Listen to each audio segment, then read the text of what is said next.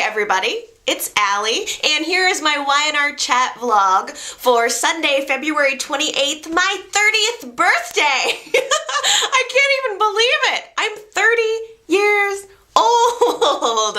I started watching Y&R when I was 15. I never thought that I would be a soap watcher. It was never anything that I was interested in. And I don't think that most people who know me would even expect that I'm a soap watcher because I don't even have a TV.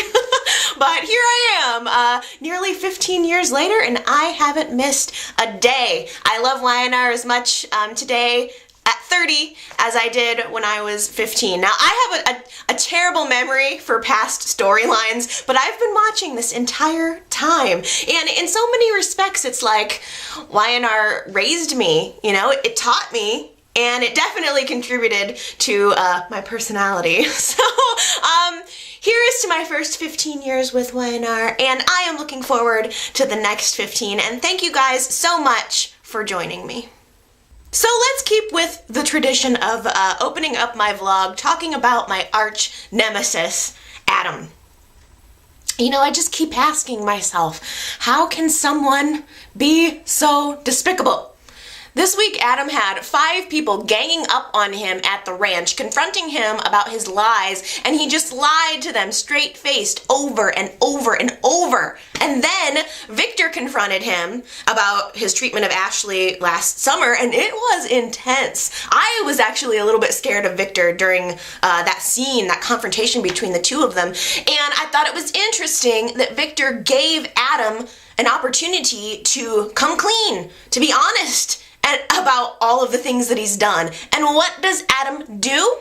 He counters with a threat to go public about his involvement with the Jabot deal. Adam's gall. His gall! I can't even believe it. Well, I actually figured out what it is that allows Adam to be able to lie the way that he does. And I've thought about this. It's just been bugging me. How can someone be such a liar? And here's what it is. This is the key. This is how he does it. Adam lies, well, because he believes the lie. He believes the lie. It's like to him the truth is just this footnote, you know? I mean, I think it's only in his very weakest moments that he even realizes that he's done something wrong. The truth to him is just some sort of, it's an afterthought. And you're not even going to believe this of me, but for some reason this week when everybody was ganging up on him at the ranch, Phyllis and Nick and Ashley, I felt sorry for him for a moment. You know, it's like I'm looking in his face and I'm thinking, what a sad man this is. And, I guess it says something about me, I don't know. So even to my worst enemy, I feel a sense of compassion, which makes me a sucker. I am beginning to think that the baby switch storyline is never going to be revealed, unless it's like 10 years from now after they've aged the character of Faith.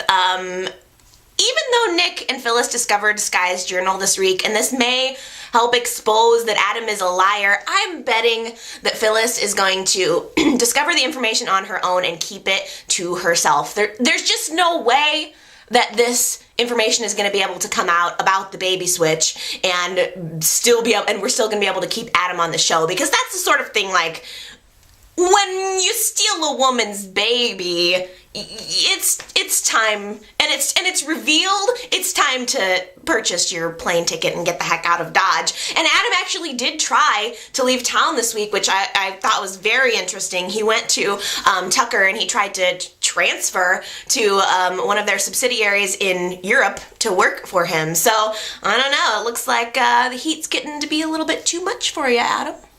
So Adam was a no-show at the Jabot hearing this week, even though he was the only witness, leaving us to wonder who Adam will side with, although I find it hard to believe that Adam would choose to expose his part in the Jabot fraud just to make friends with Jack. That's just me. But let's back up a minute, because I wanted to mention that we had a really great scene this week between Jack and Victor and Tucker. Tucker and Victor were in Victor's office trying to finalize the Jabot deal, and Jack barges in and presents his theory about how Victor managed to outbid him.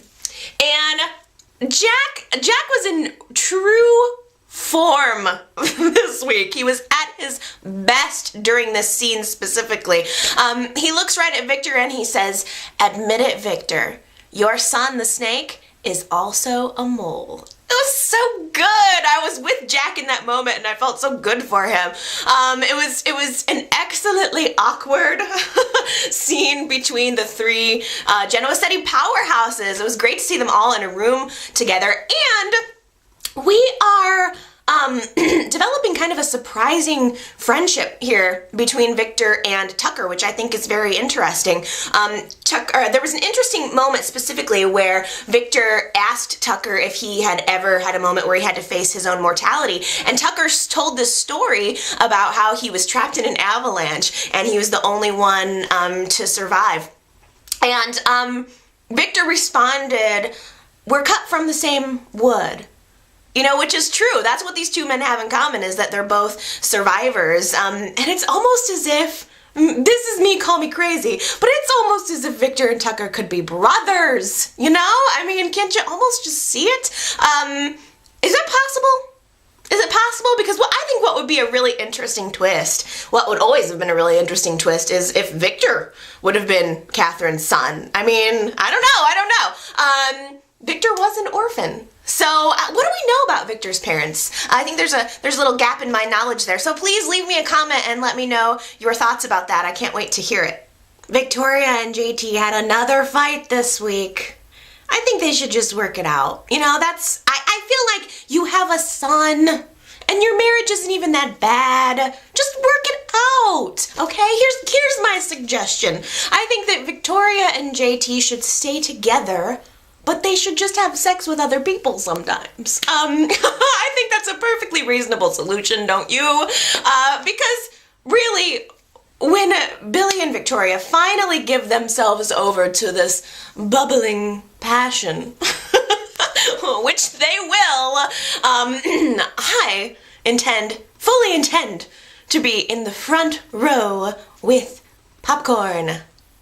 Well, at least someone got to have sex this week.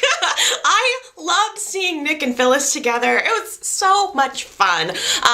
They were down at the dining table at the athletic club and things were getting very coy, as Nick and Phyllis often are. And they just had this moment where they just both realized that they wanted to get it on. And so they ran across the dining room upstairs into the hotel room, and they had a super fun, sexy, love-making scene in the hotel room. I thought it was very nice to see those two kids having a good time while they still can. Okay, well, guess what? I'm gonna do 2 videos today because I'm in a super good birthday mood and I've got on my birthday outfit, my pink shirt and my white sweater.